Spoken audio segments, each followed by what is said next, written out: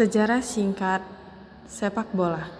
Sejarah singkat sepak bola dimulai sejak abad kedua dan ketiga sebelum Masehi di Cina, tepatnya di masa dinasti Han. Pada waktu itu, konon masyarakat mengiring bola kulit untuk kemudian menendang ke jaring kecil. Permainan sejenis juga pernah dimainkan di Jepang dengan sebutan kemari. Sedangkan di negara Italia, pemain menendang dan menggiring bola juga mulai digemari terutama pada abad ke-16. Sepak bola modern pada awalnya mulai berkembang di negara Inggris dan banyak digemari oleh penduduknya. Dalam beberapa kompetisi yang diadakan, permainan ini banyak menimbulkan kekerasan dan cedera selama pertandingan. Hal itu disebabkan oleh sebelum terbentuknya aturan-aturan yang baku dalam sepak bola. Pada akhirnya, pada tahun 1365, Raja Edward III melarang olahraga ini dimainkan. Bahkan, Raja James I dari Skotlandia juga mendukung larangan tersebut.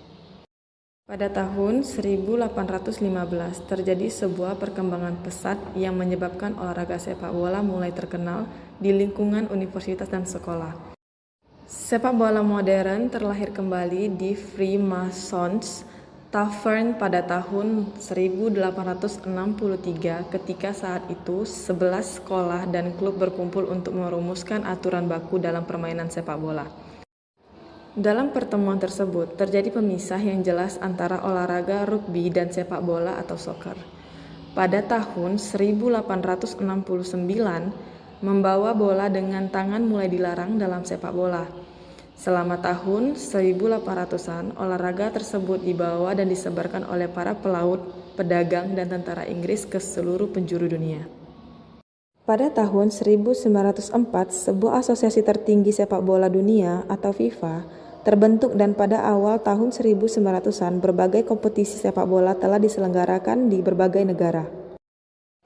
Sejarah sepak bola di Indonesia. Bangsa Indonesia mulai mengenal permainan sepak bola pada zaman penjajahan Belanda. Pada tanggal 19 April 1930, dibentuk organisasi pelopor sepak bola tanah air yang bernama Persatuan Sepak Bola Seluruh Indonesia, yang disingkat PSSI. Organisasi yang didirikan di Yogyakarta ini awalnya diketuai oleh Mr. Soeratin Sosro Soegondo yang dikenal sebagai Bapak Pelopor Sepak Bola.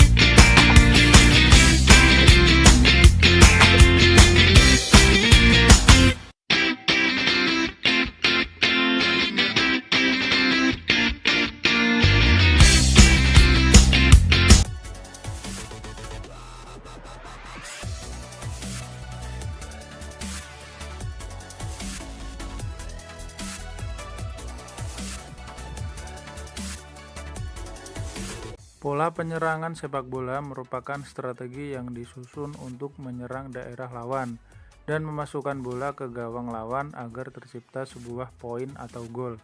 Pola penyerangan dalam permainan sepak bola dapat dibagi menjadi beberapa jenis, yaitu 1. Pola gerakan tersusun, 2. Pola untuk menghadapi pertahanan rapat, 3. Pola mencari ruang kosong. Setiap pemain melakukan gerakan yang sudah disusun berdasarkan posisinya masing-masing. Jadi para pemain tidak mencoba untuk keluar dari posisinya masing-masing, yang hal ini disebut juga dengan free role play. Misalnya gelandang tengah yang sudah ditetapkan untuk berada di area lingkaran tengah lapangan atau tempat melakukan kick off, maka dia harus terus berada di sana. Dia tidak akan mencoba untuk mundur ke belakang ataupun berpindah ke depan dan ke samping. Begitu juga dengan posisi lainnya, seperti pemain back, sayap kanan dan kiri, serta penyerang atau striker. Jika ingin bisa melewati pertahanan lawan dan mencetak gol dengan lebih mudah, tentu gerakan tersusun ini mesti dipersiapkan dengan matang dan terus dilatih.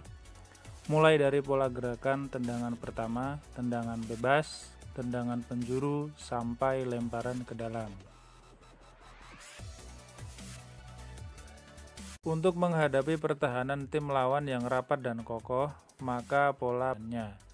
Caranya yaitu dengan memanfaatkan para pemain sayap kiri dan kanan sehingga pertahanan tim lawan menjadi berantakan atau kacau.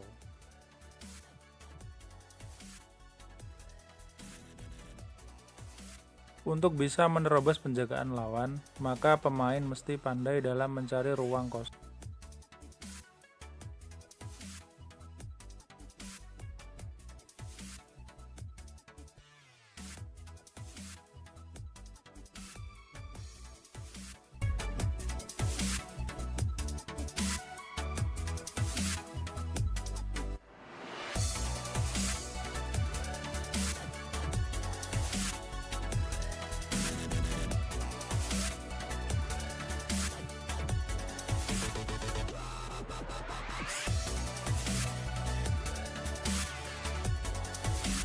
Pola pertahanan sepak bola merupakan sebuah strategi yang disusun secara matang agar daerah sendiri dapat terjaga dengan baik dan tidak kebobolan oleh tim lawan.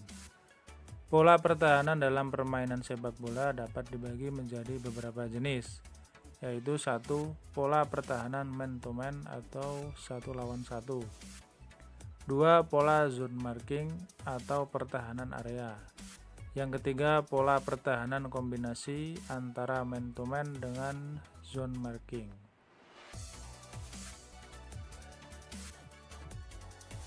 Dalam pola pertahanan man to man, setiap anggota menjaga satu pemain dari tim lawan, baik ketika sedang membawa bola atau tidak membawa bola. Setiap dari pemain lawan harus dijaga dan dikawal dengan ketat. Kemanapun dia bergerak selagi di dalam area yang mesti dipertahankan. Jika pemain penyerang lawan keluar dari area yang dijaga, maka itu bukan tugasnya lagi untuk menjaganya. Tetapi pemain tersebut harus tetap siap dan selalu waspada pada kemungkinan akan adanya pemain lawan lain yang masuk ke area yang dijaganya. Pola pertahanan yang dilakukan di areanya sendiri dengan cara membentuk sebuah formasi. Prinsip dari pola pertahanan ini adalah sebagai berikut. Butuh kerjasama tim yang sangat baik. Bisa menghambat gerakan dari para pemain penyerang lawan. Mengamankan area pertahanan dari tekanan serangan tim lawan. Pola pertahanan mesti berlapis agar sulit diterobos penyerang lawan. Pola pertahanan mesti berbentuk dari formasi yang kokoh. Pola pertahanan mesti bisa mendorong balik para pemain lawan ke areanya sendiri.